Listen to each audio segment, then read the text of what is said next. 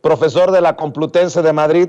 ¿Y qué tal si López Obrador tiene razón con esto que exhibe en relación a México y España, y la pausa, que no es rompimiento, que no es otra cosa más que decirles, México ya no es tierra de conquista? ¿Cómo viste esta situación y la reacción allá precisamente en el viejo continente?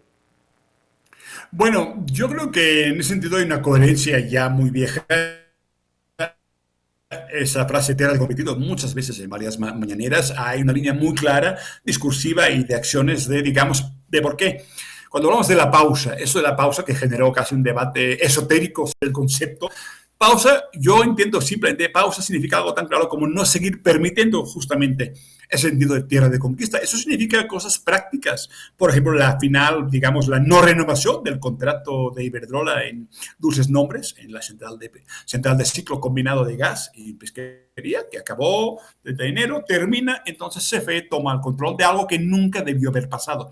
Un contrato de 20 años, digamos, surtiendo energía obligatoriamente a un precio muy alto que tenía que comprar la CFE para una central que no era de su propiedad y donde encima se aprovechaba para venta, digamos, bajo mano de energía al sector industrial de toda la zona metropolitana de Monterrey y con esquemas de autoabasto, el autoabasto simulado más lo que se vendía y que podía provocar una multa de la Comisión Reguladora de Energía.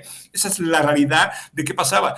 El tema de las empresas españolas, el por qué fue tan importante, generó tanta antipatía, tanta rabia en este país y en toda América Latina, es porque las empresas españolas tomaron el control de servicios públicos privatizados. En gran parte, lo más importante es que obviamente el caso de Iberdrola llegó a México porque alguien fue desmantelando, digamos, la Comisión Federal de Electricidad, porque hubo un cambio en la ley del sector eléctrico en el año 92 con Salinas que permitió camuflar o entrar el tema de que hubiera generación privada, lo cual desde los 70 estaba prohibido en México.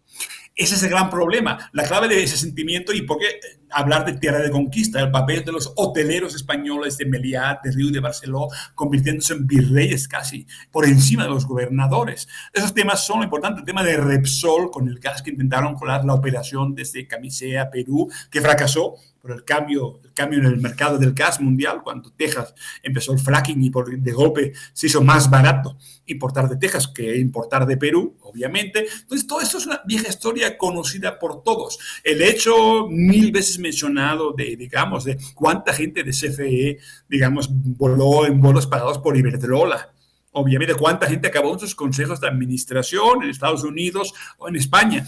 Ese constante puerta giratoria, digamos, que permitía yo te arreglo el negocio en el sector público. Al final, todo esto es un sector regulado o que fue privatizado o de facto, porque obviamente, a fin de cuentas, en el caso de la CFE, cuando hay generadores privados que están proveyendo casi más de la mitad de la energía, es un proceso de facto de privatización. Entonces, eso es lo que produjo la reacción. Obviamente también se vio en temas como la banca. Recordemos cuando la compra, digamos, cuando se compra Bancomer, que fue el banco más importante de México, un tiempo nacionalizado, fue un tiempo eficiente, por cierto, mejor hubiera seguido nacionalizado la banca, no era mala idea, pero cuando la compró Emilio Ibarra, casi le exigió a Fox. Hubo un momento que, no sé si recuerdan, que Roberto Hernández intentó una operación también de compra y casi Emilio Ibarra, el presidente de BBVA, le exigió a Fox que por favor le vigilara al changarrito y que hiciera lo que le prometió.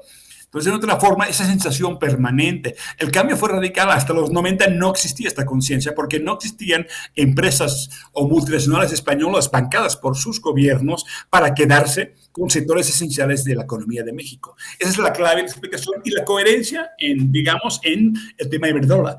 Se insistió y se quiso negociar con Iberdrola en 2020. El gobierno de México se ve que hicieron, oigan, paremos esos contratos abusivos en, sobre todo, centrales de ciclo combinado, que es donde Iberdrola maneja más de 6 gigavatios de energía, que las debe de comprar obligatoriamente a Iberdrola a precios, digamos, imposibles. El caso de Tuxpan, la central que Iberdrola iba a hacer solamente porque le iban a garantizar que le instalaban el gasoducto, todo en casa, llave en mano, para que ellos vendieran durante 20 años la energía CFE. Eso se acabó. Pero se intentó negociar y la actitud de Iberdrola, a derecha de otras empresas, recordemos los gasoductos, que acabaron negociando cuando CFE sí puso una demanda internacional de arbitraje. Ahí entonces negociaron. Pero Iberdrola no. Iberdrola sabe, por cierto, tiene una estructura de corrupción muy bien armada, lleva mucho tiempo en México, de que los jueces de circuito te amparan, y por tanto llegamos al punto que el gobierno no tuvo más remedio que llegar a la reforma constitucional, porque se fue parando el programa de confiabilidad, digamos, se fue parando la ley de la industria eléctrica. A fin de cuentas, vamos a la reforma, y ahora es cuando las cámaras empresariales dicen, hoy vamos a negociar porque, bueno, sí, estamos pagando muy poquito. El portero verde es una ridiculez, hacemos lo que queremos con el autoabastecimiento, pero se tuvo que llegar a la reforma porque literalmente esa gente no negocia. Aparte de ser canallas y aprovecharse, digamos, de bienes públicos y de sus negocios privados con viejos gobiernos y organismos autónomos, que han sido quizá la peor de las pesadillas para el Estado mexicano, entonces realmente no dieron más opción que llegar a lo que estamos llegando, a esta reforma constitucional y a poner las cartas sobre la mesa y a que no se renueve ningún contrato de productores independientes de energía, que han sido otra vía para desfalcar la Comisión Federal de Electricidad. Son esos los temas claves de la explicación real de por qué hablamos de saqueo. Hay muchos más saqueos, las mineras canadienses, hay muchos más, pero en el caso de las españolas, digamos, es un caso muy claro del aprovechamiento y privatización de bienes públicos. Y eso sí afecta muchísimo porque ha durado demasiado tiempo. Cualquiera que haya sido joven, tenga ahora 25 años o 30, esa ha sido la dinámica de saqueo que ha vivido toda la vida y que apenas está cambiando y cuesta mucho. Oriol,